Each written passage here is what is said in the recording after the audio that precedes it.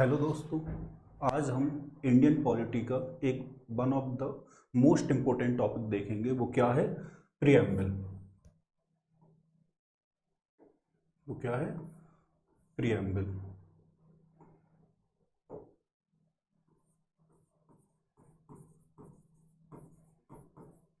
Preamble means, जैसे हम basic समझें तो प्रियम्बल का मतलब हम सेम कंपेयर कर सकते हैं एनसीईआरटी से। जैसे एनसीईआरटी में हर सबसे पहले एक समरी दी जाती है जिसमें हर चैप्टर के बारे, हर चैप्टर में जो जो चीज़ें दी गई हैं वो सब उस समरी में दिया रहता है।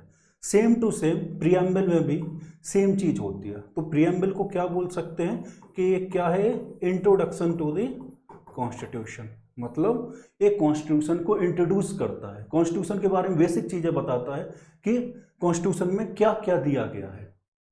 जैसे अब हम देखेंगे कि ये फॉर्मेट है प्रियम्बल का। जो हमारे कॉन्स्टिट्यूशन में प्रियम्बल दिया गया है वो इसी फॉर्मेट में दिया गया है। ठीक है, तो अभी हम इसमें से बेसिक वर्ड देखेंगे कि प्रियम्बल की लैंग्वेज क्या है। सबसे पहले प्रियम्बल स्टार्ट होता है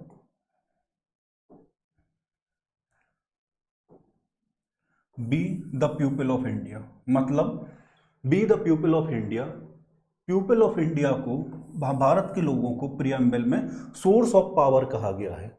मीन्स ए प्रियम्बल में जो पावर दी गई है वो किससे आती है? पीपल ऑफ इंडिया से। फिर नेक्स्ट वर्ड है sovereign, socialist, secular, democratic, Republic. Means Republic of India को हम क्या क्या बनाना चाहते हैं? जो हमारे आइडियल्स हैं, सोवरेन, सोशलिस्ट,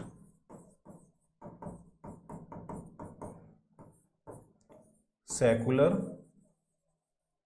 डेमोक्रेटिक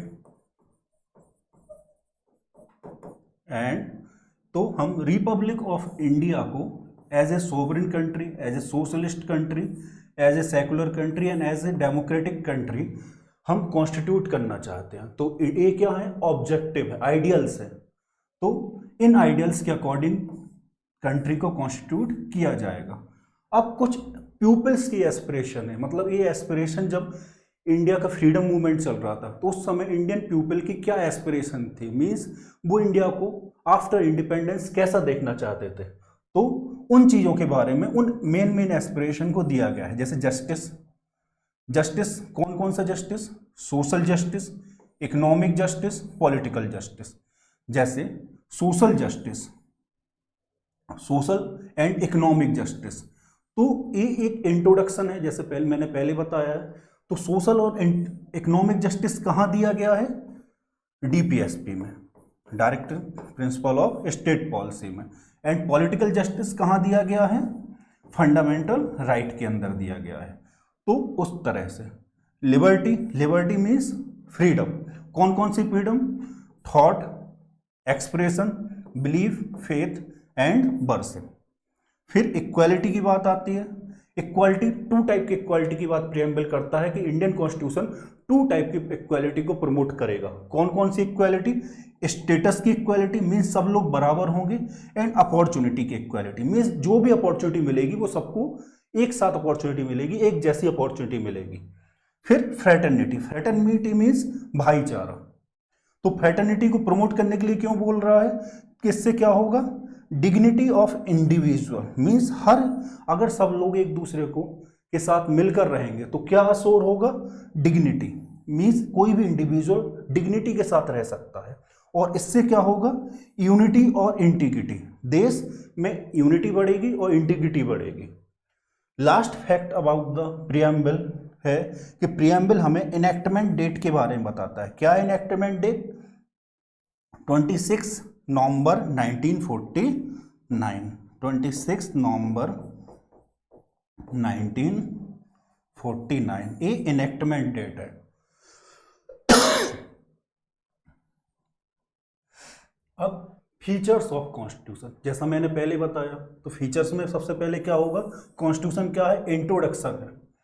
प्रियम्बल क्या है? इंट्रोडक्शन है कॉन्स्टिट्यूशन का, जिसमें क्या है? एसेंस दिया गया है कि ये, और समरी दी गई है। मीन्स कि कॉन्स्टिट्यूशन में जो भी कुछ दिया गया है उसको कुछ वर्ड में अगर डिफाइन किया जाए तो वो कौन कर सकता है? प्रीएम्बल। तो प्रीएम्बल कॉन्स्टिट्यूशन की क्या है? समरी है। डिफरेंट राइटर्स ने, डिफरेंट फिलोसफर ने प्रीएम्बल को डिफरेंट तरीके से क्या किया है? डिफाइन किया है। तो डीडी बसु ने क्या बोला है कि प्रीएम्बल क्या क्या कंटेन करता है? Basic philosophy. मींस कॉन्स्टिट्यूशन किस फिलॉसफी पर बेस्ड है, हमारे कॉन्स्टिट्यूशन की थीम क्या है। जैसे हमारे कॉन्स्टिट्यूशन की पहली थीम क्या है? सेकुलर।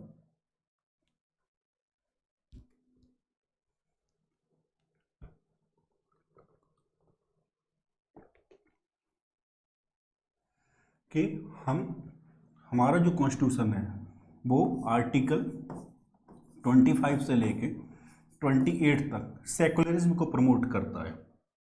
तो according to D Basu constitution क्या करता है?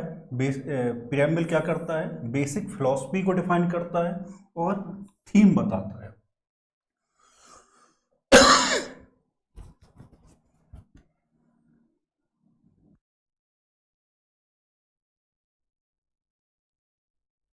एन ए पालकीवाला,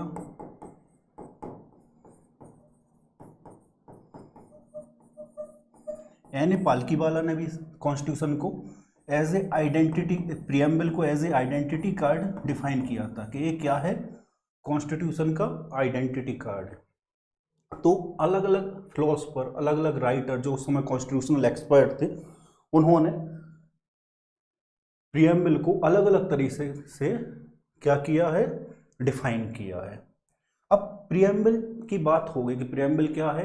एक बेसिक इंट्रोडक्शन है प्रीएम्बल किसका? कॉन्स्टिट्यूशन का। लेकिन इसकी शुरुआत कहाँ से हुई? तो जब कॉन्स्टिट्यूशन बनना स्टार्ट हुआ था तो क्या हुआ था कि हमें कुछ ऐसी चीजें चाहिए थी कि जो हमारे कॉन्स्टिट्यूशन को गाइड करें। तो उसके लिए पंडित जवाहरलाल नेहरू ने जब कॉन्स्टिट्यूशन असेंबली में परमानेंट मेंबर चुन लिया गया, परमानेंट चेयरमैन चुन लिया गया, ठीक है, उसके बाद क्या हुआ कि पंडित जवाहरलाल नेहरू ने 1946 में, मीन्स 13 दिसंबर 1946 को क्या किया था? एक ऑब्जेक्टिव रेजोल्यूशन पास किया था। इस ऑब्जेक्टिव रेजोल्यूशन में क्या था कि बेसिक चीजें दी गई थी कि हमें कॉन्स्टिट्यूशन बनाते समय किन किन बातों का या किन किन फिलॉसफी, किन किन आइडियल्स को ध्यान में रखना है। तो उन सबको किसमें? ऑब्जेक्टिव रेजोल्यूशन में कंटेन किया गया था।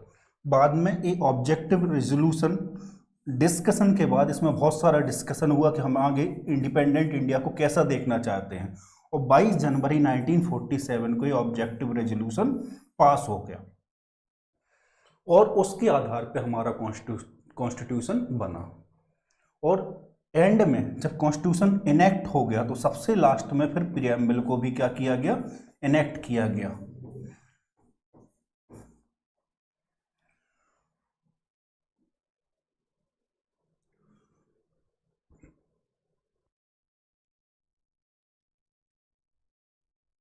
अब नेचर क्या है और कैरेक्टरिस्टिक क्या है प्रीएम्बल की?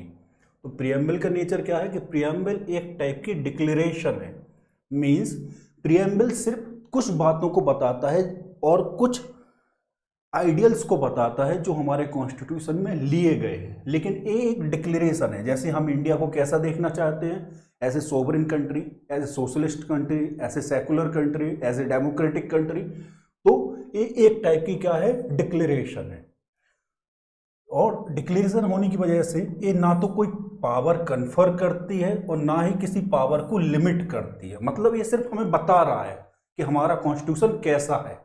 मींस प्रीएम्बल हमें ना तो कोई पावर देता है, ना ही गवर्नमेंट के किसी पावर पर लिमिट लगाता है। ये सिर्फ एक टाइप की डिक्लेरेशन है कि इंडिया कैसा होगा, इंडिया किन चीज़ों, किन आइडियल्स पर बेस्ड होगा, इंडिया की एस्पिरेशंस क्या होंगी, उन्हीं सब चीज़ों के बारे में प्रीएम्बल बता रहा है।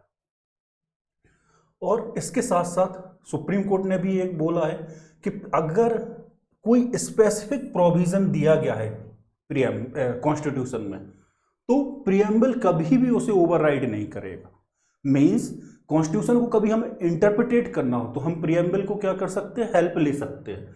लेकिन अगर कोई स्पेसिफिक प्रोविजन, साफ साफ कोई प्रोविजन दिया गया है कॉन्स्टिट्यूशन में, तो प्रीएम्बल उस प्रोविजन को कभी भी ओवरराइड नहीं करेगा। मतलब कभी भी हम प्रीएम्बल का की हेल्प से कोई ऐसा इंटरप्रिटेशन नहीं करेंगे जो कॉन्स्टिट्यूशन के उस प्रोविजन को क्या करे, स्पेसिफिक प्रोविजन को क्या करे, ओवरराइड करे।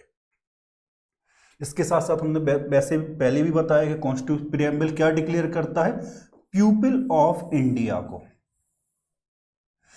As a sovereign, means India में जो सोवरेन पावर दी गई है वो किसे दी गई है, पीपल ऑफ इंडिया को। मींस अगर इसे ऐसे समझे कि ये हैं पीपल ऑफ इंडिया, इन्होंने पावर दी है किसे, कॉन्स्टिट्यूशन को, और कॉन्स्टिट्यूशन ने किसे पावर दी है,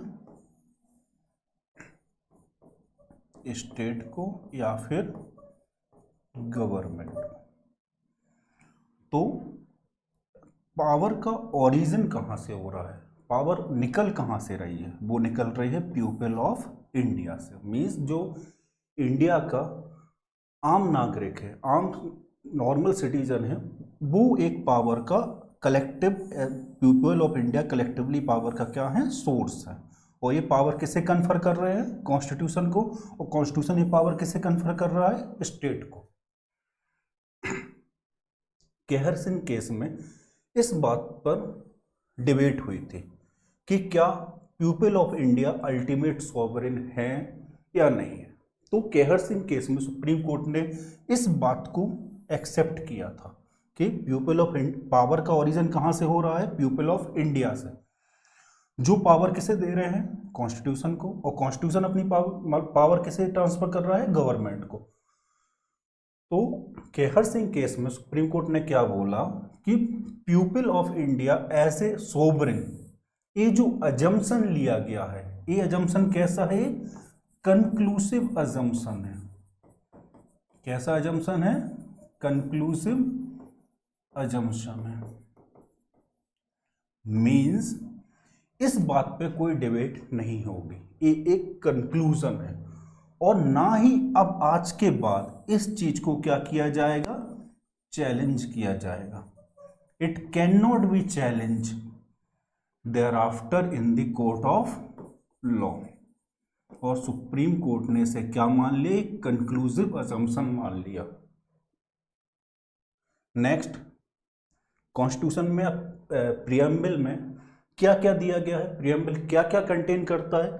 तो प्रीएम्बल ऐसे आइडियल्स और वैल्यू कंटेन करता है जो स्टेट को फॉलो करने हैं, ठीक है। और कुछ पीपल के एस्पिरेशंस हैं, हम लोगों की एस्पिरेशन है, जो इंडिया का आम नागरिक है उसकी एस्पिरेशंस हैं कि उसे क्या क्या वो एक्सपेक्ट करता है कॉन्स्टिट्यूशन से। तो वो दोनों चीजें प्रीएम्बल में दी गई हैं। सबसे पहले स्टेट और गवर्नमेंट की आइडियल्स और वैल्यू दी गई है कि गवर्नमेंट किन किन चीजों पर फोकस करेगी। दूसरा, पीपल ऑफ इंडिया की कुछ एस्पिरेशन दी गई हैं। थर्ड, फिफ्थ पॉइंट, प्रीएम्बल में क्या दिया गया है, एनेक्टिंग क्लॉज दिया गया है कि 26 नवंबर 1946 को हमारा प्रीएम्बल क्या हुआ था, इनेक्ट हुआ था, ठीक। तो प्रीएम्बल बेसिकली क्या क्या बताता है कि अल्टीमेट सोवरेन कौन है, पीपल ऑफ इंडिया।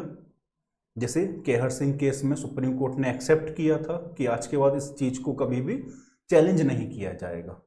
नेक्स्ट क्या बताता है प्रीएम्बल कि कौन कौन से आइडियल्स और वैल्यू हैं जो स्टेट को फॉलो करने हैं, मतलब स्टेट पर एप्लीकेबल होते हैं, और स्टेट का ऑब्जेक्टिव रहेगा कि हमेशा उन आइडियल्स और वैल्यू को क्या करे, फॉलो करे। फिर पीपल ऑफ इंडिया की क्या क्या एस्पिरेशंस, तो दो चीजें हो गई। थर्ड पॉइंट क्या है कि प्रीएम्बल क्या इंसराइन करता है, एक एनेक्टिंग क्लॉज। प्रीएम्बल एक एनेक्टिंग क्लॉज इंक्लूड करता है कि कॉन्स्टिट्यूशन कब इनेक्ट हुआ था। अब और डीप में फीचर्स देखेंगे। अब वो आइडियल्स और वैल्यूज क्या हैं जो गवर्नमेंट को या फिर स्टेट को क्या करनी है, अचीव करनी है। तो सबसे पहले इंडिया को कैसे बनाना है, ये सॉवरेन कंट्री जो इंडिया रहेगा एज ए स्टेट वो हमेशा क्या रहेगा, सॉवरेन। मीन्स वी आर और our government is free to take any action. मतलब हमारी गवर्नमेंट कोई भी चीज, कोई भी एक्शन ले सकती है जो इंडिया के वेलफेयर के लिए हो। हम free from any external pressure. Means जैसे British, during British colonial period हमें ब्रिटिश की चीज़ों को मानना पड़ता था, लेकिन after the enactment of constitution India क्या हो गया, एज ए सॉवरेन कंट्री हो गया। अब हम फ्री हैं क्या लेने के लिए, कोई भी एक्शन या फिर कोई भी डिसीजन लेने के लिए। और हम क्या हैं, फ्री हैं किससे, एक्सटर्नल प्रेशर से। मतलब हम किसी कंट्री की बात माने या ना माने वो किस पर डिपेंड करता है, हमारी गवर्नमेंट पर डिपेंड करता है। मीन्स इस गवर्नमेंट पर या स्टेट पर कोई भी एक्सटर्नल पावर जो देश के बाहर हो वो उस पर प्रेशर नहीं बना सकती और हम उसकी बात मानने के लिए बाध्य नहीं है। तो सॉवरेन का मतलब है कि हम किसी भी, मतलब पूरी तरह से हम फ्री हैं अपने देश के लिए फैसले लेने के लिए, और हम किसी भी एक्सटर्नल पावर के दबाव में नहीं आएंगे कोई भी फैसला लेने के लिए। जैसे फॉर एग्जांपल अभी रिसेंटली ट्रंप ने टैरिफ लगाए इंडिया पर 50% टैरिफ, और ऑफर क्या दिया कि बदले में एक ट्रेड डील, अगर इंडिया एक ट्रेड डील करता है तो वो ये टैरिफ क्या कर देगा, हटा देगा। लेकिन हमारी सरकार ने वो ट्रेड डील करने से मना कर दिया। क्यों? क्योंकि हम एज ए सॉवरेन कंट्री हैं, हम किसी भी अदर कंट्री के दबाव में आके कोई भी फैसला नहीं लेंगे। Second, socialist. मीन्स इंडिया के जो रिसोर्सेस होंगे, क्या होंगे, रिसोर्सेस।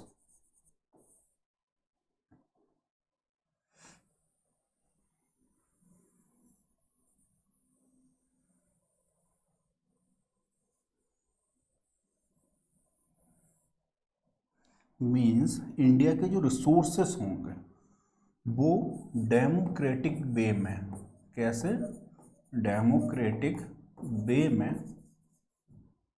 डिस्ट्रीब्यूट किए जाएंगे।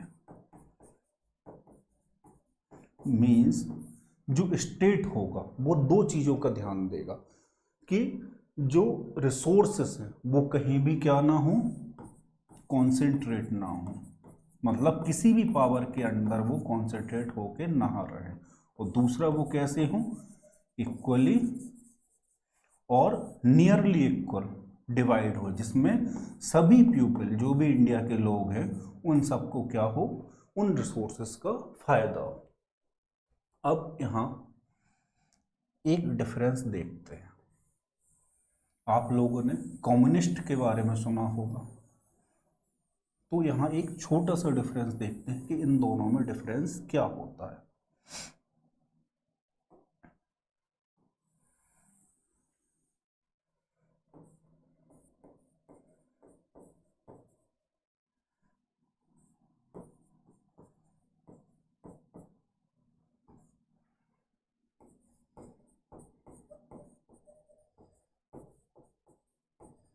सबसे पहले centre, right and extreme right. ठीक है, सेंटर के उस तरफ क्या होगा, लेफ्ट एंड एक्सट्रीम लेफ्ट। अब सेंटर मींस ए गवर्नमेंट कैसी होती है, ऐसी गवर्नमेंट जो लिबर्टी, फ्री ट्रेड को प्रमोट करे। ठीक है, और जो राइटिस्ट आइडियोलॉजी होती है वो धीरे धीरे क्या होती है, कंजर्वेटिव होती है। और जो लेफ्ट होता है वो कहाँ, labour, means welfare of labour के लिए काम करती है। ठीक है, तो इंडिया में मोस्ट ऑफ द पार्टी क्या है, सेंटर टू लेफ्ट, जैसे फॉर एग्जांपल बीजेपी। बीजेपी को ज़्यादातर लोग क्या बोलते हैं कि बीजेपी सेंटर टू राइट है, मीन्स बीजेपी फ्री और कंजर्वेटिव नेचर की है। ऐसे इंडिया जो कांग्रेस और अदर सोशलिस्ट पार्टी है वो क्या है, सेंटर टू लेफ्ट, मीन्स वो भी इंडिया में फ्रीडम वो करती है, फ्री ट्रेड, लेकिन वो उनका किस पर है, आम लोगों पर, लेबर क्लास पर, मीन्स वेलफेयर पॉलिसी पर ज़्यादा ध्यान रहेगा। इंडिया ने कौन सा सोशलिस्ट मॉडल अपनाया, अब देखो एक्सट्रीम सोशलिस्ट मॉडल क्या होता है, कम्युनिस्ट, मीन्स यहाँ पूरा कॉन्सेंट्रेशन किसके हाथ में रहेगा, गवर्नमेंट के हाथ में, मतलब यहाँ कोई भी प्राइवेट प्रॉपर्टी नहीं होगी। और एक्सट्रीम राइटेस्ट क्या होता है, फासिस्ट, जैसे हिटलर। तो ये क्या है, एक्सट्रीम, हिटलर क्या था, एक्सट्रीम कंजर्वेटिव, रेशियल डिस्क्रिमिनेशन किसके एग्जाम्पल है, एक्सट्रीम कंजर्वेटिव का। और कम्युनिस्ट किसका एग्जाम्पल है, एक्सट्रीम लेफ्ट का, क्योंकि कम्युनिस्ट क्या बोलते थे कि हम बैरल ऑफ गन, मीन्स बंदूक की नोक पर क्या करेंगे, लेबर क्लास को उनके राइट्स दिलवा के रहेंगे। लेकिन इंडिया ने ना तो फासिस्ट आइडियोलॉजी को प्रमोट किया है कभी, ना ही कम्युनिस्ट आइडियोलॉजी को। तो फिर इंडिया ने कौन सा मॉडल अपनाया है सोशलिस्ट का, इंडिया ने मॉडल अपनाया है democratic socialism. India adopted democratic socialism model.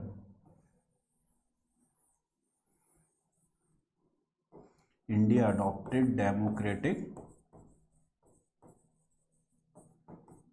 Socialism model, means कि इंडिया में जो भी वेलफेयर के काम होंगे वो किस तरह से होंगे, डेमोक्रेटिक वे में होंगे, मीन्स एक रिप्रेजेंटेटिव गवर्नमेंट क्या करेगी, वेलफेयर पॉलिसी को लाएगी एज पर, और ये वेलफेयर पॉलिसी कैसी होंगी, as per need of people.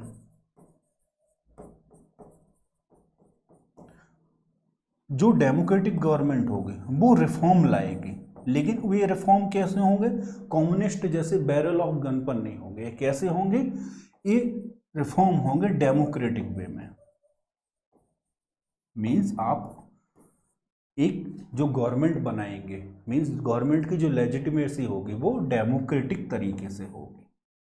ठीक है, नेक्स्ट है सेकुलर।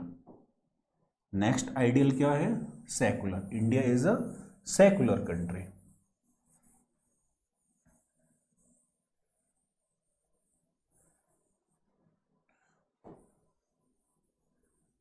मीन्स इंडिया का कोई भी क्या नहीं होगा, स्टेट रिलीजन नहीं होगा। इंडिया अपने आप को, अब देखो दो प्रकार के, टू टाइप के क्या होते हैं, सेकुलर मॉडल होते हैं। ठीक है, means no state religion, state have no religion, और state do not attach to any religion. दूसरा, स्टेट आइदर हैव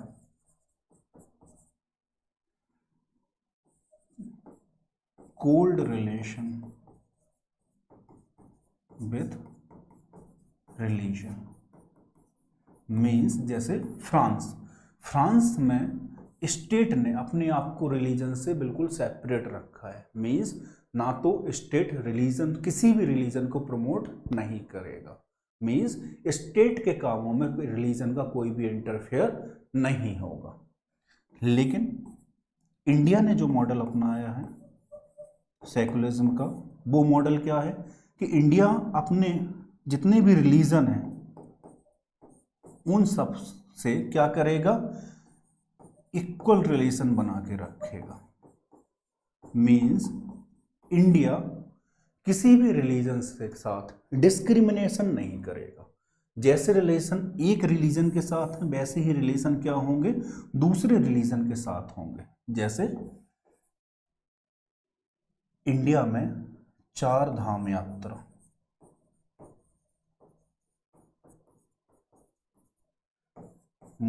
हिंदुओं के लिए, हज यात्रा मुस्लिम्स के लिए, सिख के लिए भी है और क्रिश्चियन के लिए भी है। मीन्स इंडिया किसी भी रिलीजन के साथ डिस्क्रिमिनेशन नहीं करेगा। तो हमने वेस्टर्न मॉडल नहीं अपनाया है। वेस्टर्न मॉडल में क्या है कि हम रिलीजन को बिल्कुल दूर रखेंगे, रिलीजन के जो काम है वो रिलीजन देखे, स्टेट के जो काम है वो स्टेट देखे। लेकिन हमने क्या कहा है कि हम सभी रिलीजन्स के साथ इक्वल रिलेशन बना के चलेंगे, चाहे वो कोई भी रिलीजन हो। ठीक है, मतलब मेजॉरिटी से लेना नहीं है कुछ, हम कोई भी रिलीजन, चाहे वो माइनॉरिटी हो या फिर मेजॉरिटी हो, सबके साथ कैसे रिलेशन होंगे, इक्वल रिलेशन होंगे। ठीक है, और अगर किसी भी रिलीजन में किसी रिफॉर्म की जरूरत है, किसकी जरूरत है, किसी रिफॉर्म की जरूरत है, तो वो भी स्टेट उन रिफॉर्म को क्या करेगा, कैरी आउट करेगा, उन रिफॉर्म को लेके आएगा। लेकिन जो सेकुलरिज्म मॉडल है, जो किसने अपनाया है, वेस्टर्न कंट्रियों ने जो सेकुलरिज्म मॉडल अपनाया है, उसमें उन्होंने क्या बोल अडॉप्ट किया है कि हम रिलीजियस के मैटर में क्या नहीं करेंगे, इंटरफेयर नहीं करेंगे। तो यहां से क्या कंक्लूजन निकलता है कि इंडिया ने जो सेकुलरिज्म का मॉडल अपनाया उसमें क्या है कि हमारे सभी रिलीजन्स के साथ कैसे रिलेशन होंगे, इक्वल रिलेशन होंगे। और अगर किसी रिलीजन में कोई रिफॉर्म की जरूरत है, मीन्स अगर कोई रिलीजन ऐसी प्रैक्टिस अडॉप्ट करके बैठा है कि जो पीपल ऑफ इंडिया के या लोगों के राइट्स को वायलेट करती है, तो गवर्नमेंट वहां क्या करेगी, लॉ के थ्रू रिफॉर्म लेके आएगी। जैसे एग्जाम्पल ट्रिपल तलाक, एग्जाम्पल क्या है, ट्रिपल तलाक। मीन्स कि जो ट्रिपल तलाक प्रैक्टिस थी वो मुस्लिम वुमेन्स के लिए क्या थी, डेरोगेटरी प्रैक्टिस थी। तो government of India violation of triple तलाक एक्ट लेके आई, जिसमें उसने क्या किया, ट्रिपल तलाक को बैन कर दिया। ऐसे सेम हिंदूज के साथ, जिसमें क्या था,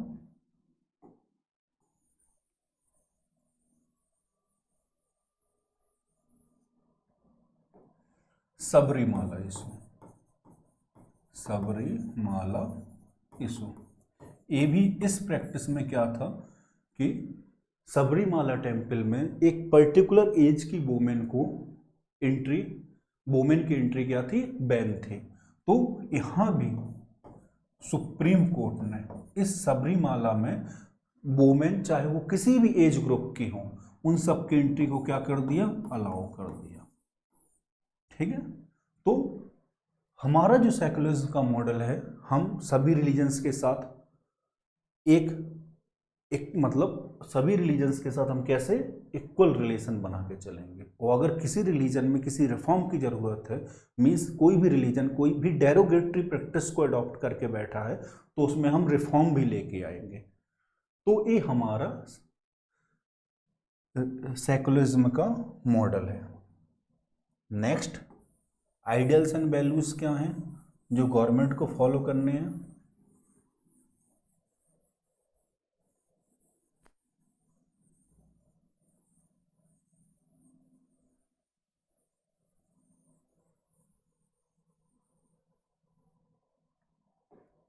नेक्स्ट वैल्यू है डेमोक्रेटिक। मीन्स इंडिया में जितने भी ऑफिस होंगे वो ओपन टू ऑल होंगे। ठीक है, मतलब कोई भी ऑफिस किसी के लिए कभी भी बंद नहीं रहेगा। मीन्स किसी के साथ किसी पब्लिक ऑफिस के लिए डिस्क्रिमिनेशन नहीं होगा। नेक्स्ट, कोई भी चाहे वो किसी भी रेस, रिलीजन, कास्ट का हो, इंडिया में इलेक्शन लड़ सकता है। मीन्स इंडिया में कोई भी पर्सन, चाहे वो whether he belong to any caste, religion, race, identity, वो इंडिया में कोई भी इलेक्शन लड़ सकता है। साथ साथ इंडिया में ने क्या डेमोक्रेटिक वैल्यूज को प्रमोट करने के लिए क्या अडॉप्ट किया है? Universal adult franchise. मीन्स कि कोई भी पर्सन जो 18 प्लस है वो इंडिया में राइट टू वोट रखता है, मीन्स उसके पास राइट टू वोट है। तो इंडिया में कोई भी पर्सन इलेक्शन लड़ सकता है, और जो भी 18 प्लस है इंडिया में उसको राइट टू वोट का अधिकार है, मीन्स वो वोट दे सकता है। लास्ट क्या है? रिपब्लिक। रिपब्लिक का मतलब होता है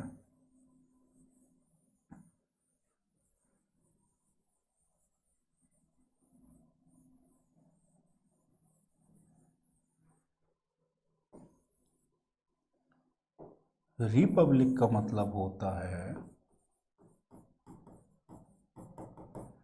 कि जो हेड ऑफ स्टेट होगा वो ही मस्ट बी इलेक्टेड, और इलेक्टेड भी कैसा होगा? फॉर अ फिक्स टेन्योर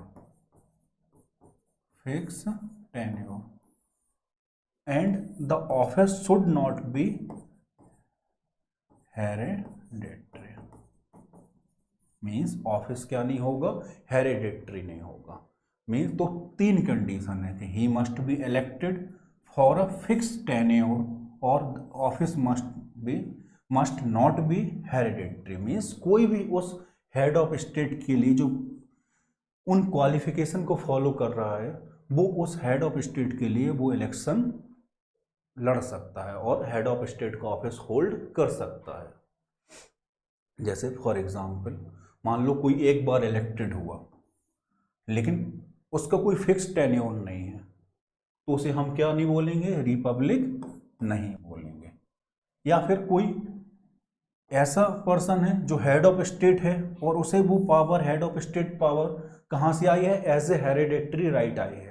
मतलब ब्रिटेन में जो राजा का ऑफिस है, मीन्स जो वहाँ किंग का ऑफिस है, वो कैसा है? हेरिडेटरी है। मीन्स वहाँ के जो किंग होगा उसी की फैमिली के मेंबर क्या बनेंगे? नेक्स्ट किंग या क्वीन बनेंगे। ये ऑफिस किसी और पर्सन के लिए ओपन नहीं है।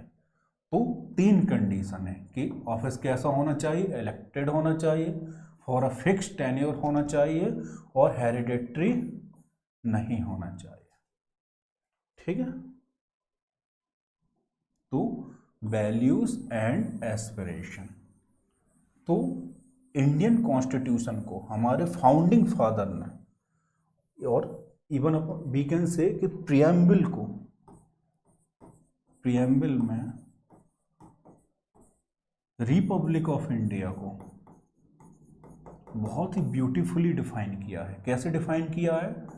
कि Republic of India is a sovereign country, Republic of India is a sovereign country, socialist country, secular country and democratic country.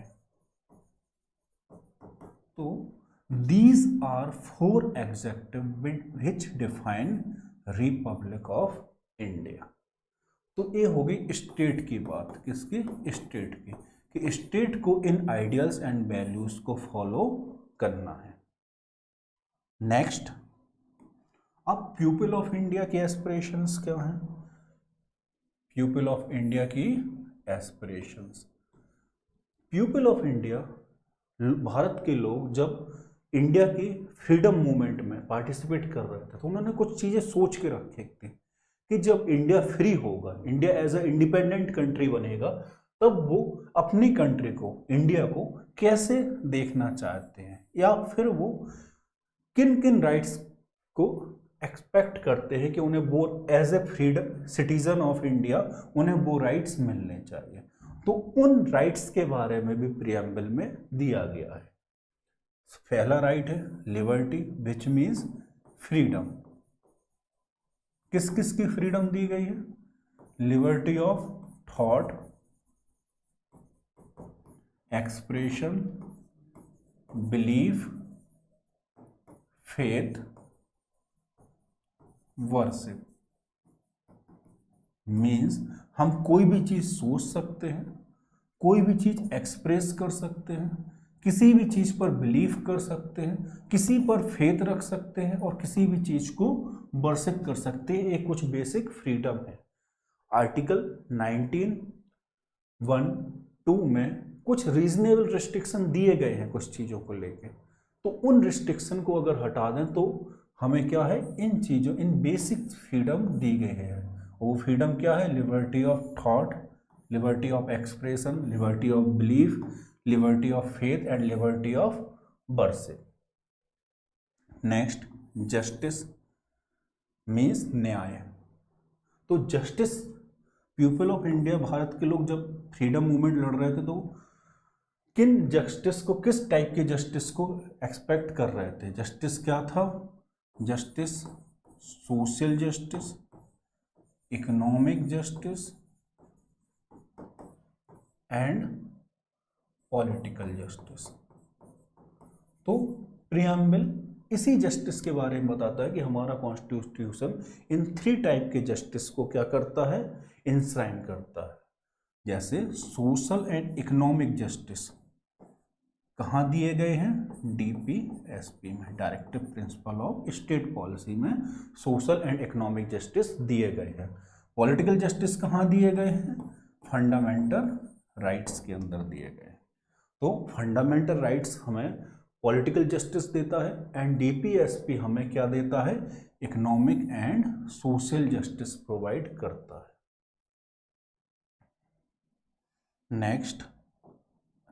Next aspiration क्या है?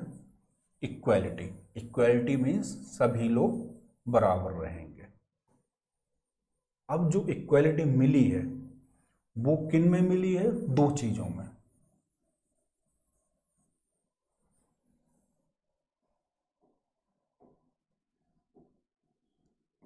Equality of status and equality of opportunity. Equality of status का मतलब होता है कि किसी भी person का स्टेटस बड़ा या छोटा नहीं होगा। अगर लोग एक पर्टिकुलर सर्कमस्टेंसेस पर हैं तो उनका स्टेटस कैसा होगा? सेम होगा। और इंडिया के लोग, पीपल ऑफ इंडिया को सेम अपॉर्चुनिटी मिलेगी। Even if he belong to any caste, any religion, any race, and he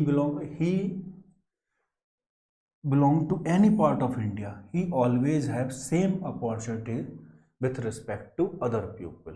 Means equality 2 type की। स्टेटस, किसी का स्टेटस बड़ा या किसी का स्टेटस छोटा नहीं होगा। दूसरा अपॉर्चुनिटी, मीन्स सबको बराबर की अपॉर्चुनिटी मिलेगी। तो प्रीएम्बल क्या बोल रहा है कि हमारे कॉन्स्टिट्यूशन किसे प्रमोट करता है? इक्वालिटी की वैल्यू को प्रमोट करता है। अब बेसिक एक एग्जांपल देखें कि ये वैल्यू कहाँ दी गई है, तो सबसे अच्छा एग्जांपल क्या है? आर्टिकल 14। आर्टिकल 14 क्या कहता है? कि स्टेट किसी के साथ डिस्क्रिमिनेट नहीं करेगा। फिर नेक्स्ट, कि स्टेट पब्लिक प्लेस पर किसी के साथ डिस्क्रिमिनेशन नहीं करेगा। आर्टिकल 16 क्या बोलता है? कि स्टेट एम्प्लॉयमेंट में किसी भी पर्सन के साथ, चाहे वो किसी भी रेस, रिलीजन, कास्ट का हो, उसके साथ डिस्क्रिमिनेशन नहीं करेगा। जब बात किसकी आई? पब्लिक एम्प्लॉयमेंट की बात हो, मतलब अगर अपॉर्चुनिटी है पब्लिक एम्प्लॉयमेंट में तो वो सबके लिए बराबर होगी। वो आर्टिकल 17 किसे वो करता है? अनटचेबिलिटी को अवॉइलेंस करता है। इवन आर्टिकल 18 टाइटल्स को अवॉइलेंस कर देता है, कि मतलब अगर कोई भी पर्सन है तो वो कोई भी ऐसा टाइटल नहीं लगाए जिससे उसका स्टेटस क्या दिखे? बड़ा दिखे। ठीक है, तो आर्टिकल 18 ऐसे सभी टाइटल जैसे महाराजा, राजा, इन सब टाइटल को अवॉइलेंस करता है और प्रोहिबिट करता है कि कोई भी ऐसे टाइटल का यूज नहीं करेगा। क्यों नहीं करेगा? क्योंकि हमें क्या मेंटेन करके रखना है? इक्वालिटी या इक्वल स्टेटस मेंटेन करके रखना है। मीन्स भारत के सभी लोगों को इक्वल स्टेटस मिले। फ्रेटर्निटी, फ्रेटर्निटी किसके लिए है? फ्रेटर्निटी का अगर हिंदी में मीनिंग देखें तो इसका मतलब क्या होता? भाईचारा, मीन्स सभी लोग मिल के रहे। अब देश में अगर फ्रेटर्निटी होगी तो क्या होगा? देश में यूनिटी रहेगी एंड देश में इंटीग्रिटी रहेगी। ठीक है, तो प्रियम्बल इन बेसिक चीज़ों के बारे में बताता है कि पीपल ऑफ इंडिया जब फ्रीडम मूवमेंट में पार्टिसिपेट कर रहे थे तो ना उनकी एस्पिरेशंस क्या थी, क्या ये एस्पिरेशन कि उन्हें लिबर्टी चाहिए थी, जस्टिस चाहिए था, इक्वालिटी चाहिए थी एंड फ्रेटर्निटी चाहिए थी। अब नेक्स्ट, अब after independence, after the enactment of constitution, एक डिबेट चली कि क्या कॉन्स्टिट्यूशन, क्या प्रियम्बल कॉन्स्टिट्यूशन का पार्ट है या नहीं है।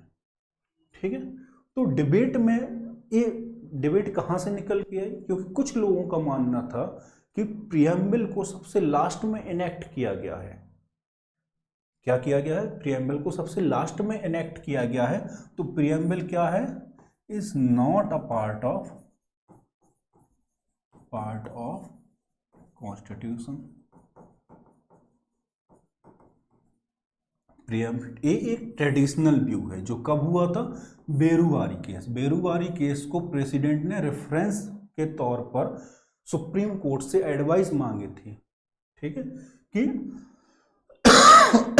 क्या हमें प्रियम्बल को पार्ट ऑफ कॉन्स्टिट्यूशन मानना चाहिए या नहीं मानना चाहिए।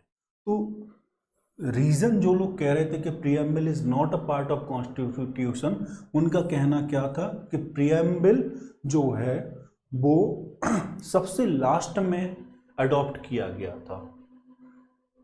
सेकंड क्या है कि प्रियम्बल ना तो कोई पावर कन्फर करता है और ना ही किसी पावर को लिमिट करता है। मीन्स प्रियम्बल कोई भी पावर को क्या नहीं करता, ना तो कन्फर करता है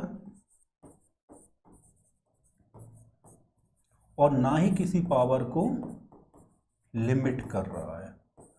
प्रियम्बल एक क्या है? सिंपल सा डिक्लेरेशन है। Preamble is type of declaration. तो जो लोग इस ट्रेडिशनल व्यू से एग्री करते थे उनका कहना था कि कॉन्स्टिट्यूशन का कोई भी पार्ट उठा लो, वो या तो किसी पावर को कन्फर करता होगा या किसी पावर को लिमिट कर रहा होगा। जैसे फंडामेंटल राइट स्टेट की पावर पर क्या है? लिमिटेशन है। जैसे डीपीएसपी स्टेट को कुछ डायरेक्टिव देते हैं, मीन्स पावर कन्फर करते हैं कि स्टेट एक काम करेगा। लेकिन प्रियम्बल क्या है? ना तो कोई पावर कन्फर कर रहा है ना किसी पावर को लिमिट कर रहा है। Preamble is a type of declaration, एक टाइप का डिक्लेरेशन है, एक टाइप की समरी है। इसलिए प्रियम्बल को क्या नहीं मानना चाहिए? पार्ट ऑफ कॉन्स्टिट्यूशन नहीं मानना चाहिए। एंड सुप्रीम कोर्ट भी बेरुवाली केस में इन रीजन से एग्री होके सुप्रीम कोर्ट ने क्या बोला कि preamble is not a part of constitution. क्या बोला? Preamble is not a part of constitution. और प्रियम्बल क्या करके रखता है? एक जेनेरिक व्यू पॉइंट है प्रियम्बल। किसका? कॉन्स्टिट्यूशन का। तो प्रियम्बल की उतनी ज़्यादा इंपॉर्टेंस नहीं है। क्या नहीं है? प्रियम्बल की उतनी ज़्यादा इंपॉर्टेंस नहीं है, क्योंकि ये क्या है? जेनरिक पॉइंट करता है, एक समरी करता है। इसलिए सुप्रीम कोर्ट ने क्या बोला कि preamble is not a part of constitution. लेकिन फिर धीरे धीरे ये सोच बदली और सुप्रीम कोर्ट ने जो मॉडर्न व्यू आया, मॉडर्न व्यू क्या कह रहा है?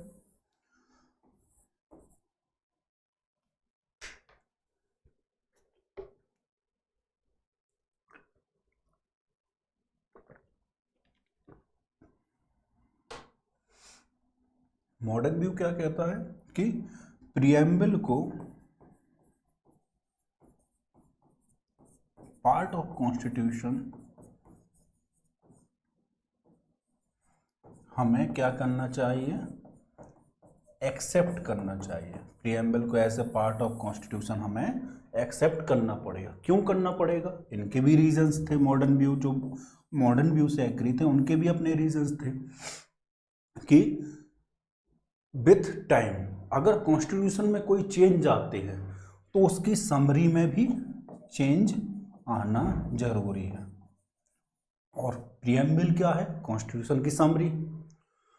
तो प्रियम्बल में भी चेंज आना क्या है? जरूरी है। और ये चेंज कब तक नहीं आ सकते? जब तक प्रियम्बल को as a part of constitution ना माना जाए। तो हमें इसलिए प्रियम्बल को as a part of constitution मानना पड़ेगा, जिससे वो अंडर आर्टिकल 368 क्या हो?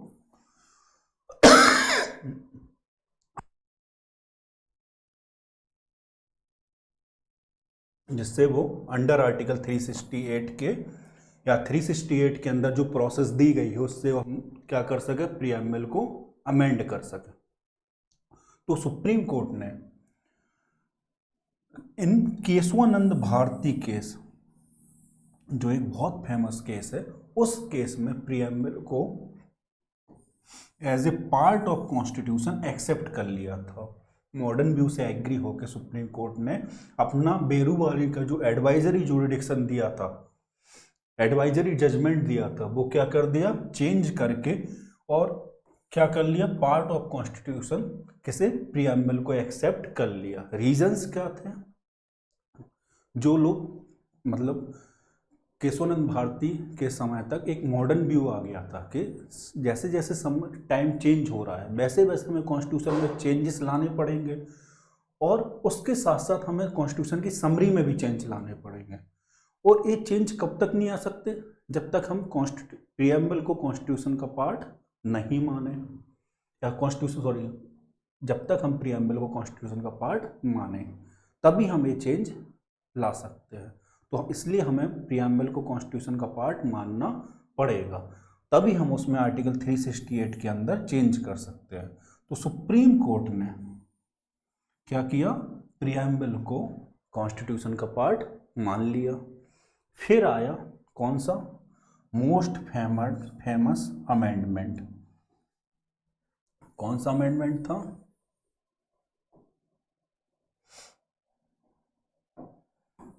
Forty second constitutional amendment.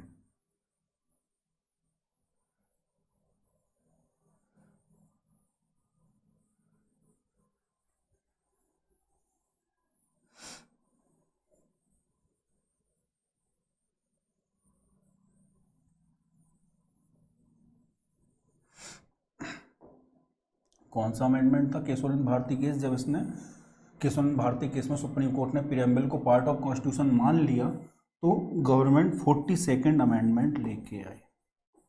और क्या क्या ऐड कर लिया इस 42nd अमेंडमेंट में? सेकुलर,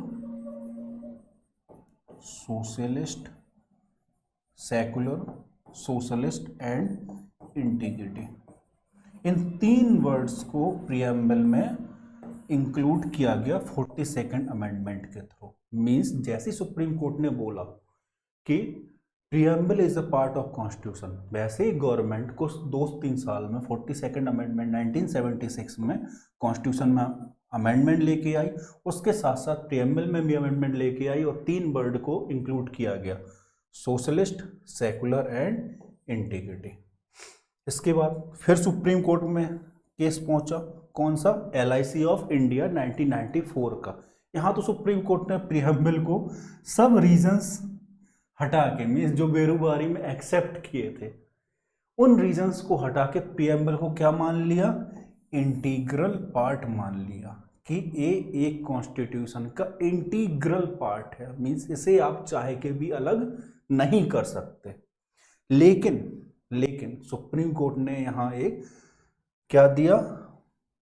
बोला कि आप इस प्रियम्बल को इन्फोर्स नहीं करा सकते। इस पर आई थिंक 2020 में, हम आगे देखेंगे स्लाइड में, क्वेश्चन भी आया था कि preamble is a part of integral part of the constitution, but we can not enforce the provision, the words given in the preamble in the court of law. ठीक है, तो सुप्रीम कोर्ट ने अपनी reasoning कहां से change की? बेरूवारी में क्या बोला? Preamble is not a part of constitution. फिर नॉट पार्ट ऑफ कॉन्स्टिट्यूशन। फिर केशवानंद भारती केस जो कब आया था, 1973 में आया था। इस केस में क्या बोला, पार्ट ऑफ कॉन्स्टिट्यूशन। फिर LIC का केस आया कब, 1994 में। इस केस में क्या बोला कि preamble is integral part of the constitution. Means आप इसे चाह के भी अलग नहीं कर सकते। एक प्रीएम्बल क्या है, कॉन्स्टिट्यूशन का एक इंटीग्रल पार्ट है। तो सुप्रीम कोर्ट ने भी अपनी पोजीशन चेंज है। जहां सुप्रीम कोर्ट प्रीएम्बल को एज ए पार्ट मानने के लिए एग्री नहीं था, वहां LIC केस मीन्स अगले 30-35 साल में सुप्रीम कोर्ट ने उसे क्या मान लिया, integral part of the constitution accept कर लिया। नेक्स्ट, अब क्वेश्चन आता है कि क्या प्रीएम्बल को अमेंड कर सकते हैं। तो हाँ, प्रीएम्बल अमेंड हुआ है। कब हुआ है, 1976 में। कौन से अमेंडमेंट में, 42nd कॉन्स्टिट्यूशनल अमेंडमेंट में। क्या ऐड किया गया था, सोशलिस्ट, सेकुलर एंड इंटीग्रिटी। ये 3 वर्ड क्या किए थे, ऐड किए गए थे। लेकिन अब यहां इंटरेस्टिंग चीज देखो, कब बोला था, केशवानंद भारती केस में। कब आया था, 1973 में। सुप्रीम कोर्ट ने बोला कि हाँ, प्रीएम्बल को क्या कर सकते हैं, अमेंड कर सकते हैं। और गवर्नमेंट 1976 में प्रीएम्बल में अमेंडमेंट कर दिया। तो सुप्रीम कोर्ट में ने केशवानंद भारती केस में फाइनल जजमेंट देते हुए क्या बोला कि preamble can is a part of constitution, therefore it can be amended under article 368। इसको आर्टिकल 368 के अंदर अमेंड कर सकते हैं। बट एक प्रोवाइडेड दिया, मीन्स एक कंडीशन रखी कि कॉन्स्टिट्यूशन का बेसिक स्ट्रक्चर जो है वो चेंज नहीं होना चाहिए। मीन्स जो भी वर्ड हैं जो कॉन्स्टिट्यूशन के बेसिक स्ट्रक्चर को फॉर्म करते हैं, जैसे sovereign, socialist, secular, democratic, republic, ठीक है। तो ओरिजिनली कौन कौन से वर्ड थे, सोवरेन, डेमोक्रेटिक एंड रिपब्लिक। तो as per the condition apply given by the Supreme Court, government ने क्या किया, इन वर्ड्स को ना तो से कोई छेड़छाड़ नहीं की। क्या किया, 2 नए वर्ड ऐड कर दिए, मतलब यहां 2 फिर एक नीचे। कौन कौन सा, socialist and secular. In 2 word को इन 3 वर्ड्स के साथ क्या कर दिया, मर्ज कर दिया।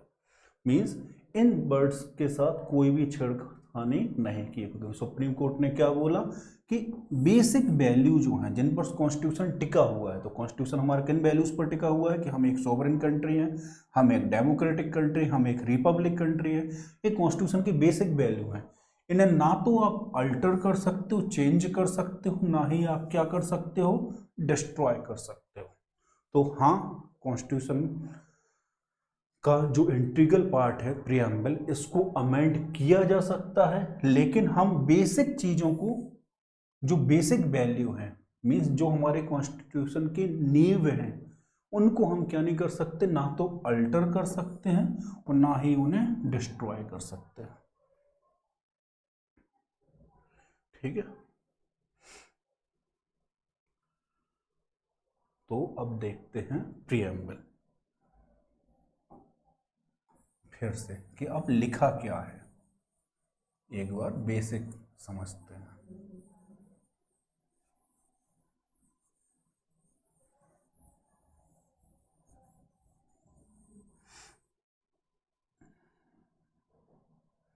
कि B the people of India, मतलब एक कॉन्स्टिट्यूशन जो है उसमें जो पावर है वो कहाँ से आ रही है, पीपल ऑफ इंडिया से। ये पीपल ऑफ इंडिया जो है वो स्टेट को कैसा बनाना चाहते हैं, एज अ सॉवरेन, मीन्स हम पूरी तरह से फ्री होंगे, हम अपने डिसीजन खुद ले सकते हैं। सोशलिस्ट मीन्स रिसोर्सेस का कंसंट्रेशन नहीं होगा, रिसोर्सेस को जितना भी पॉसिबल है इक्वली डिवाइड किया जाएगा among the people. Secular means हमारा कोई स्टेट रिलीजन नहीं होगा, या तो हम सभी रिलीजन से इक्वल डिस्टेंस मेंटेन करके चलेंगे या फिर सभी से इक्वल रिलेशन बना के चलेंगे। तो हम सबसे पहली कंडीशन है कि स्टेट का कोई भी एक पर्टिकुलर रिलीजन नहीं होगा, तो हम क्या है, एक सेकुलर कंट्री है। फिर डेमोक्रेटिक मीन्स जो डेमोक्रेटिक प्रिंसिपल है, representative type of government, means कोई भी भारत का इंसान इलेक्ट हो सकता है और क्या कर सकता है, वोट दे सकता है, उसे किसी भी ग्राउंड पर डिस्क्वालीफाई नहीं किया जाएगा। और इंडिया को कैसा लास्ट में, रिपब्लिक मीन्स जो भी इंडिया का हेड ऑफ स्टेट होगा वो क्या नहीं होगा, उसका ऑफिस हेरिडेटरी नहीं होगा, वो इलेक्टेड होगा, और इलेक्टेड कब तक के लिए होगा, एक पर्टिकुलर टेन्योर के लिए इलेक्ट होगा। फिर एंड टू सिक्योर, और हम सिटीजन को क्या सिक्योरिटी देना चाहते हैं, जस्टिस, कैसा justice, social, economical, political justice, means चाहे वो सोसाइटी में रहे, चाहे कोई भी इकोनॉमिक चीज़ हो या फिर कोई भी पॉलिटिकल चीज़ हो, उनके साथ क्या हो, जस्टिस हो। लिबर्टी, किस किस चीज़ की लिबर्टी, थॉट मीन्स सोचने की, एक्सप्रेस करने की, किसी भी चीज़ को बिलीव करने की, फेथ एंड वर्शिप। तो हमें एक बेसिक लिबर्टी दी गई है। इक्वालिटी, हमें कॉन्स्टिट्यूशन इक्वालिटी भी क्या करता है, गारंटी करता है। किस चीज़ की इक्वालिटी, स्टेटस की एंड अपॉर्चुनिटीज़ की, मीन जो भी लोग होंगे उनका स्टेटस सेम रहेगा और इक्वल अपॉर्चुनिटी मिलेगी, चाहे वो किसी भी रेस, रिलीजन, कास्ट एक्सेट्रा से बिलोंग करते हो। और क्या प्रमोट करना है, फ्रेटर्निटी, जिससे क्या होगा, डिग्निटी एश्योर होगी। अगर लोग आपस में भाईचारे के उसमें रहेंगे, मिलजुल कर रहेंगे, तो किसकी डिग्निटी एश्योर होगी, मीन्स किसको डिग्निटी मिले। अगर साथ में सब लोग कोई रहेंगे तो इंडिविजुअल एक डिग्निटी से रहेगा। भाईचारे से जब लोग रहते हैं तो एक डिग्निटी मेंटेन रहती है, मीन्स कोई किसी को छोटा या कोई किसी को बड़ा नहीं मानता है। और जब लोग भाईचारे के साथ मिलकर रहेंगे तो इंडिविजुअल को क्या मिलेगी, डिग्निटी मिलेगी। और देश में क्या बढ़ेगी, यूनिटी एंड इंटीग्रिटी, मीन्स देश में एकता एंड अखंडता बढ़ेगी। फिर कॉन्स्टिट्यूशन का जो लास्ट पार्ट, इसका प्रियम्बल का जो लास्ट पार्ट है, वो क्या है, एनेक्टिंग क्लॉज। ये हमें क्या बताता है कि 26 डे किसका, नवंबर का 1945 में हम इस कॉन्स्टिट्यूशन को अडॉप्ट कर रहे हैं, इनेक्ट कर रहे हैं। और गिव अवर सेल्फ मीन्स एक मतलब इंपॉर्टेंट बात है, कैसे कि people of India through constituent assembly, people of India through constituent assembly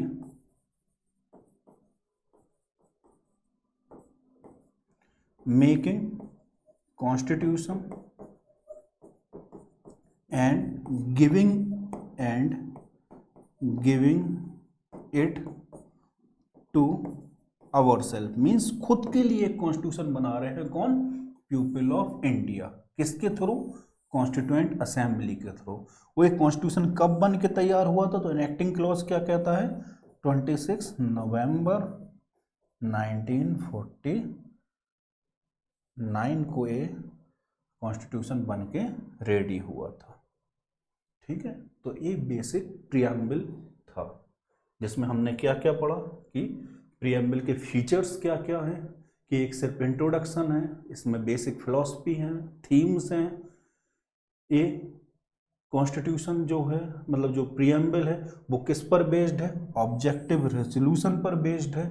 objective resolution किसने प्रेजेंट किया था पंडित नेहरू ने, और जब ये ऑब्जेक्टिव रेजोल्यूशन अडॉप्ट किया गया उसके बेसिस पर हमारा कॉन्स्टिट्यूशन बना। मीन्स उन वैल्यूज एंड प्रिंसिपल को दिमाग माइंड में रख के इस कॉन्स्टिट्यूशन को बनाया गया। हाँ, एक चीज़ और कि प्रियम्बल होना क्या है, एक कस्टमरी प्रैक्टिस है। मीन्स प्रियम्बल पहले जो कंट्रियों ने कॉन्स्टिट्यूशन बनाया था, जो कंट्री पहले कॉन्स्टिट्यूशन बना रही थी, उन्होंने एज ए कस्टम प्रियम्बल को सबसे आगे रखा, एक एज ए इंट्रोडक्शन। लेकिन प्रियम्बल क्या नहीं है, कंपल्सरी नहीं है। मीन्स जरूरी नहीं कि हर रिटन कॉन्स्टिट्यूशन में प्रियम्बल हो। तो यहां क्या लिखा, रिटन कॉन्स्टिट्यूशन में और मे नॉट हैव प्रियम्बल। तो क्या है, कॉन्स्टिट्यूशन जो प्रियम्बल है वो क्या है, एक कस्टमरी प्रैक्टिस है कि हम एक ऐसी समरी सबसे आगे क्या करेंगे, रखेंगे। लेकिन ये क्या नहीं है, कंपल्सरी प्रैक्टिस नहीं है। मीन्स अनरिटन कॉन्स्टिट्यूशन में तो प्रियम्बल की कोई बात ही नहीं है, क्योंकि अनरिटन कॉन्स्टिट्यूशन एक सिंगल डॉक्यूमेंट में नहीं होता है, अलग अलग जगह होता है। ठीक है, तो जितने भी रिटन कॉन्स्टिट्यूशन है जो एक किसी सिंगल डॉक्यूमेंट में होते हैं, उनमें प्रियम्बल हो भी सकता है, नहीं भी हो सकता है, क्योंकि ये क्या है, एक कस्टमरी प्रैक्टिस है, ना कि एक कंपल्सरी प्रैक्टिस। ठीक है, तो ये पॉइंट बाद में बताया, क्योंकि एक पॉइंट कब समझ में आता है, जब पूरा प्रियम्बल याद हो जाता या समझ जाते हैं। ठीक है, फिर इसके बाद क्या बचा है, प्रियम्बल का नेचर कैसा है कि प्रियम्बल एक डिक्लेरेशन के फॉर्म में है, और डिक्लेरेशन के फॉर्म में होने की वजह से ये कोई ना तो राइट कन्फर करती है, ना पावर को लिमिट करती है, इसलिए इसे क्या माना गया है, डिक्लेरेशन। और इसी पॉइंट को, मीन्स इसी बात को ध्यान में रख के सुप्रीम कोर्ट ने क्या किया था, बेरूवारी केस में प्रियम्बल को पार्ट ऑफ कॉन्स्टिट्यूशन मानने से मना कर दिया था। लेकिन बाद में केशवानंद भारती में सुप्रीम कोर्ट ने क्या माना कि preamble is a part of constitution. उसके बाद LIC केस में, LIC ऑफ इंडिया केस में सुप्रीम कोर्ट ने इसे integral part of constitution accept कर लिया। फिर इसके बाद हमने आइडियल्स देखे कि कौन कौन से आइडियल्स हैं। हमारा कॉन्स्टिट्यूशन क्या है, सोवरेन है, सोशलिस्ट है, सेकुलर है, डेमोक्रेटिक है, रिपब्लिक है। लोग क्या क्या एक्सपेक्ट करते हैं, liberty, justice, equality and fraternity. Preamble part of constitution है, जो अभी बताया कि last case LIC of India में क्या मान लिया, integral part of constitution, but condition क्या रखी कि इसे डायरेक्टली कोर्ट में इन्फोर्स नहीं किया जा सकता। फिर अमेंड, क्या कॉन्स्टिट्यूशन में अमेंडमेंट हो सकता है, तो केशवानंद भारती केस में बोला था हाँ कॉन्स्टिट्यूशन में अमेंडमेंट हो सकता है, लेकिन बेसिक जो फीचर्स हैं कॉन्स्टिट्यूशन के जो प्रियम्बल में लिखे हुए हैं, उनको ना तो आप ऑल्टर्ड कर सकते हो, ना ही उन्हें हटा सकते हो। तो यहाँ हमारा प्रियम्बल फिनिश हो जाता है। अब कुछ क्वेश्चन देखेंगे कि the preamble to the constitution is, जो अपन ने अभी तक देखा है कि preamble of the constitution is, it is a part of constitution, not a part of constitution, part of constitution, a part of constitution. तो जहां लिखा not a part of constitution, उसे हम सबसे पहले हटा देंगे कि पार्ट ऑफ कॉन्स्टिट्यूशन वाला जो स्टेटमेंट है ये तो हो ही नहीं सकता, क्योंकि एंड में LIC ऑफ इंडिया केस में क्या किया था कि प्रियम्बल को पार्ट ऑफ कॉन्स्टिट्यूशन एक्सेप्ट कर दिया था।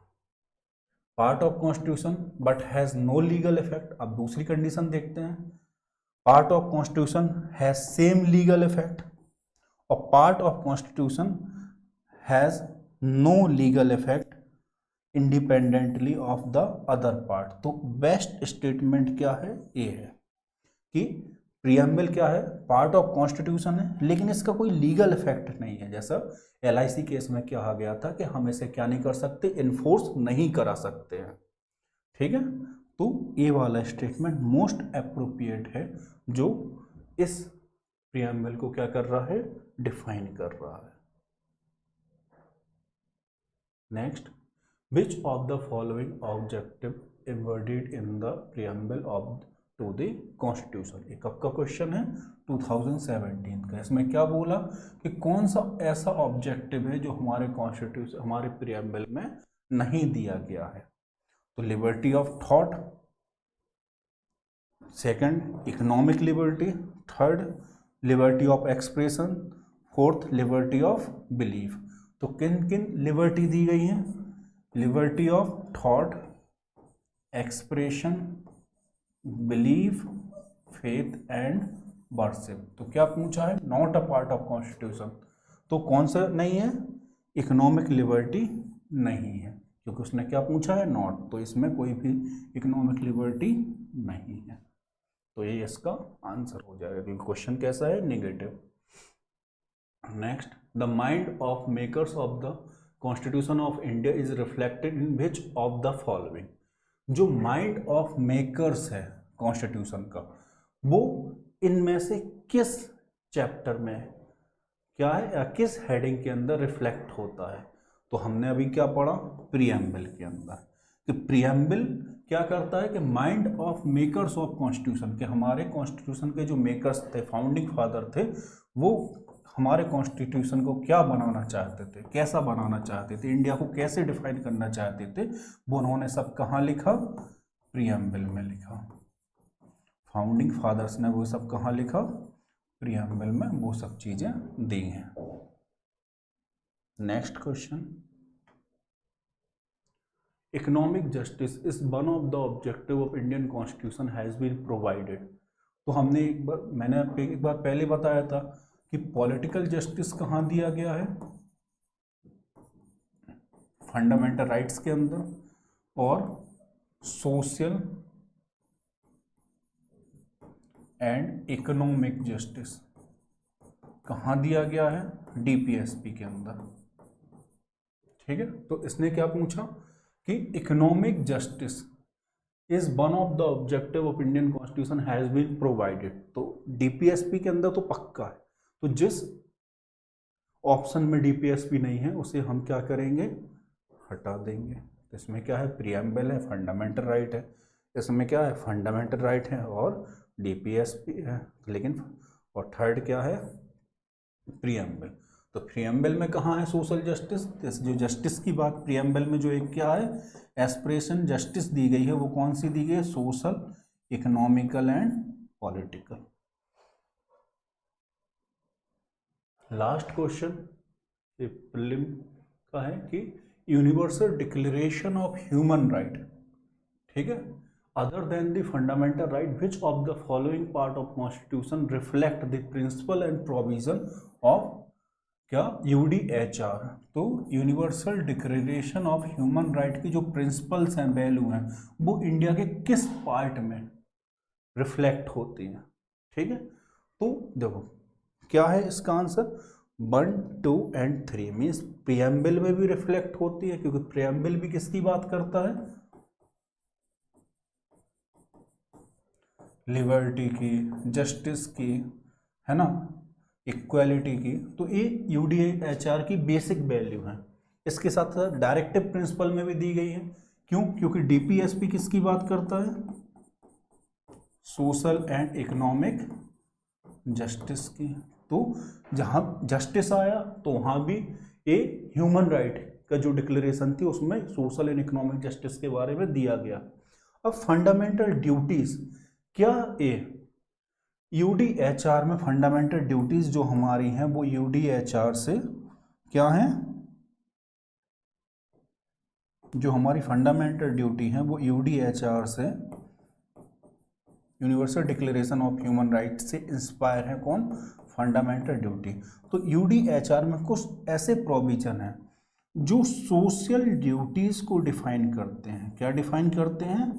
Social duties and individual duties को, कि ऐसे इंडिविजुअल हमारी क्या ड्यूटीज हैं, किसके लिए? अदर इंडिविजुअल्स के लिए एंड सोसाइटी के लिए। तो यूडीएचआर में कुछ ऐसे प्रोविजन है जो सोशल ड्यूटीज के बारे में बताते हैं। और हमारी फंडामेंटल ड्यूटी भी क्या करती है? ये भी कहती है कि हम हर इंडिविजुअल की कुछ सोशल ड्यूटी है और कुछ क्या है? इंडिविजुअल ड्यूटी है। तो इसका आंसर क्या होगा? 1, 2 एंड 3। ठीक, अब लास्ट क्वेश्चन जो किसका है, मेंस का, कहाँ है, discuss the significance of preamble to the Indian constitution. ठीक है, can preamble be used in interpretation of the law. तो सिग्निफिकेंस क्या है कि सबसे पहले हम बेसिक इंट्रोडक्शन डाल देंगे कि preamble is based on the objective resolution which was passed by the constituent assembly in 22 जनवरी 1947। तो हम एक बेसिक सा इंट्रोडक्शन डाल देंगे, फिर हम हेडिंग डालेंगे सिग्निफिकेंस क्या है, फिर हम हेडिंग डालेंगे क्या कि क्या इंटरप्रिटेशन ऑफ लॉ में हम प्रियम्बल का यूज कर सकते हैं कि नहीं। तो सिग्निफिकेंस क्या है कि प्रियम्बल हमें सोर्स ऑफ पावर बताता है कि अल्टीमेट सोर्स ऑफ पावर कौन है, पीपल ऑफ इंडिया। प्रियम्बल हमें कुछ आइडियल्स बताता है, कुछ वैल्यूज बताता है जो किसे फॉलो करनी है, स्टेट को और गवर्नमेंट को। इसके साथ साथ preamble aspiration of people of India बताता है कि पीपल ऑफ इंडिया की कौन कौन सी एस्पिरेशंस होंगी। इसके साथ साथ प्रियम्बल क्या बताता है, हमें एनेक्टमेंट डेट को भी बताता है कि कब हमारे कॉन्स्टिट्यूशन को एनेक्ट किया गया था, एडॉप्ट किया गया था। इसके साथ साथ प्रियम्बल क्या का सिग्निफिकेंस क्या है कि प्रियम्बल को हम क्या कर सकते हैं, aid in interpretation of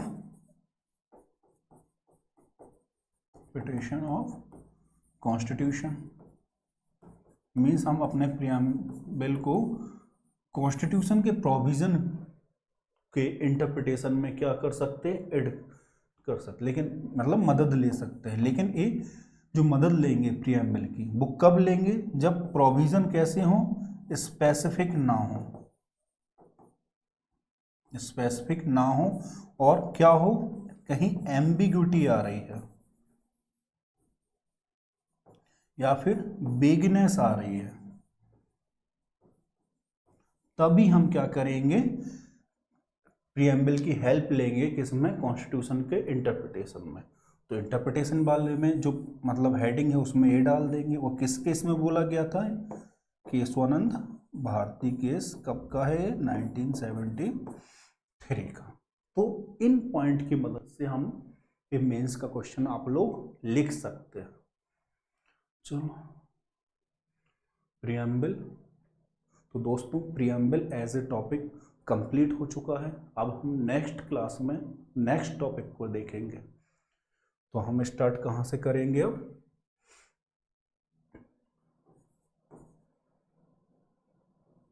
article.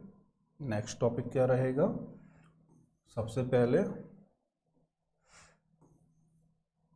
हम देखेंगे आर्टिकल 1 से लेके आर्टिकल 4 तक कि स्टेट कैसे बनते हैं, मीन्स जो कॉन्स्टिट्यूएंट यूनिट है वो कैसे बनती है।